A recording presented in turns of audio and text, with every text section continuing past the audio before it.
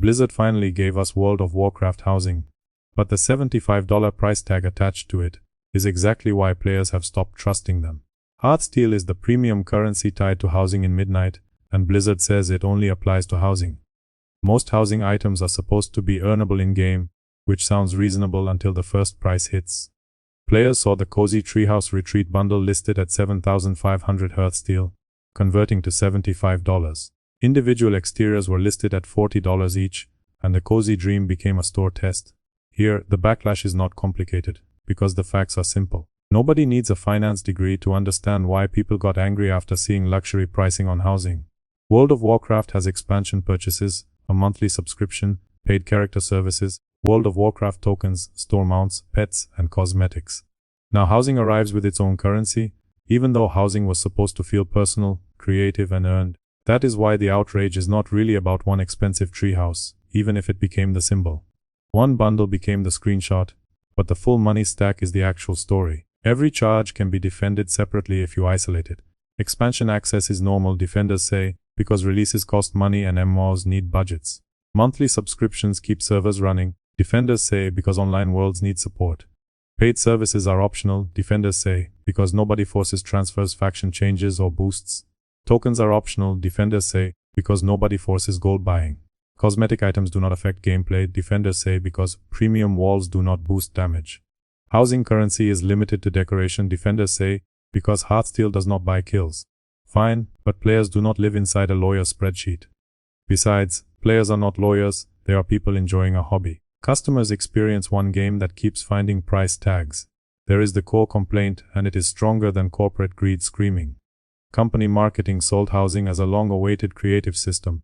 Then the conversation became conversion rates, limited bundles, and premium exteriors. Average players hear that and ask the obvious question, why pay monthly if every new system still needs another checkout line? Defenders keep repeating that the items are optional, but optional does not mean harmless. Customization shops sting more when the whole point of the feature is showing off who you are and what you have achieved. Player housing is not a random helmet skin buried on a vendor page, because housing is the entire fantasy.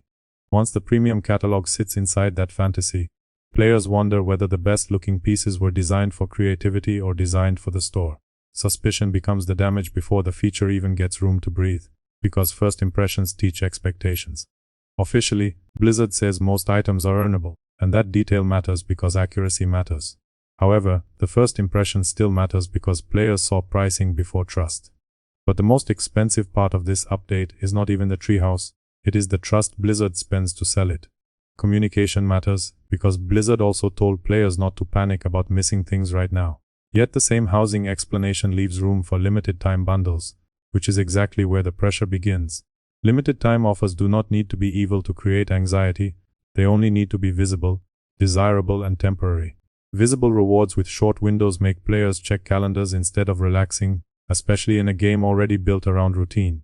Earlier promotional mount controversy already forced Blizzard to reassure players that certain limited promotional rewards should return through the trading post later. So the fear of missing out is not imaginary, it is a live issue Blizzard has had to answer directly. None of this proves a secret behavioral lab is hiding under Blizzard headquarters, and a grounded video should not pretend otherwise. Instead, the evidence shows players have learned to expect scarcity, timers, rotation, and pressure around rewards. Modern World of Warcraft keeps leaning on monthly trading post tasks, rotating cosmetics, promotional windows, seasonal goals, and prestige rewards that vanish after short periods. No serious breakdown should claim Blizzard publicly admitted to measuring player suffering, because that crosses from commentary into fiction. What can be said is simpler and more defensible. The game increasingly asks players to stay active, stay current, and check what expires next. Pressure does not need a villain speech when normal systems stack until the player feels chased by a calendar. Sometimes burnout grows because every feature brings a timer, a currency, a shop tab, or a warning that somebody else may get the prize first. Money is only half of this story, because the other half is time. Look at what happened with the Delve Hall of Fame. Reports said the EU version closed after roughly 9 hours because 4,000 players cleared the required challenge quickly. Consider that from the life of a normal adult, not from a streamer schedule. Someone could have a job, school, family, sleep, or simply the wrong time zone. Another player could be skilled enough, geared enough, and ready enough, then still miss the prestige window because real life happened. Suddenly the reward looks less like beat the challenge and more like be online at the correct hour. Criticism here is easy to understand, because hard content should reward performance, while fast closing recognition rewards availability. Those are not the same thing, and players were right to notice the difference. When players complain about that, they are not begging for free trophies or asking Blizzard to remove skill checks. Critics are asking whether a fair challenge should vanish before normal people even get home. It is not just about the money in your wallet, it is about the time you are forced to spend. Timing made the subscription price increase feel worse, because Blizzard announced it while goodwill was already weak. Blizzard announced regional price increases on April 22nd, with new rates taking effect after June 22nd, 2026. Price increases are never popular, but they can be explained when the audience feels respected. By then, many players were already angry about bugs, monetization, housing prices, fear of missing out pressure, and the feeling that World of Warcraft keeps charging more while asking for more time. Then the subscription update landed, and the reaction was not calm accounting. Naturally, it felt like Blizzard asking for extra money while goodwill was already thin. Order matters because a price hike changes meaning depending on how players feel before it arrives. If players feel the game is generous, a price hike becomes annoying. If players feel nickel and dimed, a price hike becomes evidence. Even the defenders reveal the problem without meaning to, because their best arguments sound like surrender. Decorations remain optional is not praise. Ignore the store is not praise. Gameplay still works is not praise. These are damage control sentences, not reasons to celebrate the direction of the game. Replies lower the standard from this is good to this may not ruin the game immediately. Such a low bar is not a victory for Blizzard, it is players accepting that the store is too large to love. Stronger criticism avoids the lazy pay-to-win label, because Blizzard is not selling raid damage through a treehouse. Calling this pay-to-win would be inaccurate, and inaccurate criticism gives the company an easy escape. Actual framing is pay to be less annoyed, pay to look better, pay to stay current, and pay to avoid missing out. Monetization works best when it sells convenience, prestige, comfort, shortcuts, and status around systems that already demand time.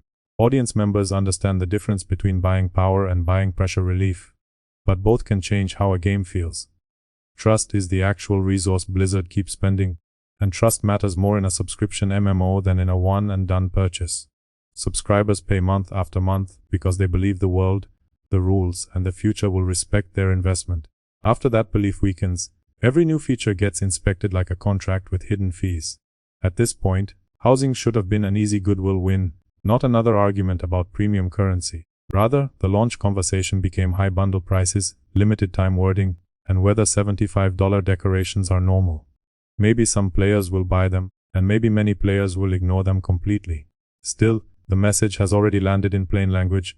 The game is great, but the shop keeps getting in the way. Raids can be strong, classes can feel good, zones can look great, and friends can still make the game worth logging into. Stillness never arrives because another promotion, rotation, bundle, or price update turns the conversation away from gameplay and back toward monetization. Editors should show the timeline clearly, currency announced, expensive bundle noticed, forum anger spreads, fear of missing out concerns return, subscription prices rise. Viewers need that order because it proves the backlash is not random screaming from people who hate cosmetics. Context turns the rant into an argument, and the argument is simple. Blizzard keeps asking for trust after making trust harder to give. Evidence should lead each punchline, because the strongest roast is not the loudest insult, but the cleanest connection between fact and feeling. Importantly, none of that erases the feeling that every new system now arrives with a payment question attached. A clear video should keep showing receipts before reactions, because viewers clicked for proof, not fog. Each section should answer one question: what changed? What did Blizzard say? What did players see? And why did that feel bad? Clean structure keeps the rant sharp without turning it into a conspiracy board or a poetry reading. This leaves one big question: if this is what cozy housing looks like, what does the future of World of Warcraft actually hold? Bottom line, this is not anti-cosmetic whining, it is basic fatigue after repeated monetization pressure. Saying World of Warcraft is dead is the wrong ending, because dead games do not create this much anger. Anger means people still care, and that is exactly why the backlash should worry Blizzard. Sharper criticism says Blizzard is teaching loyal players to distrust the next announcement before the details even arrive. Whenever the company says cozy, players check the store. Whenever it says player-friendly, players check the conversion rate. Wherever Blizzard says limited, players check the calendar. because the calendar has become part of the business model. Loyalty used to be built through updates, raids, worlds, classes, and shared memories. Currently, trust is tested by prices, timers, currencies, bundles, and fine print. Azeroth still has a game people love inside it. Unfortunately, the business model keeps standing in front of that game and asking whether the player wants to upgrade the feeling. Finally, the real roast: Blizzard did not kill World of Warcraft with one treehouse. Ultimately, the company simply gave loyal players one more reason to believe the next beautiful feature might arrive with a receipt already attached.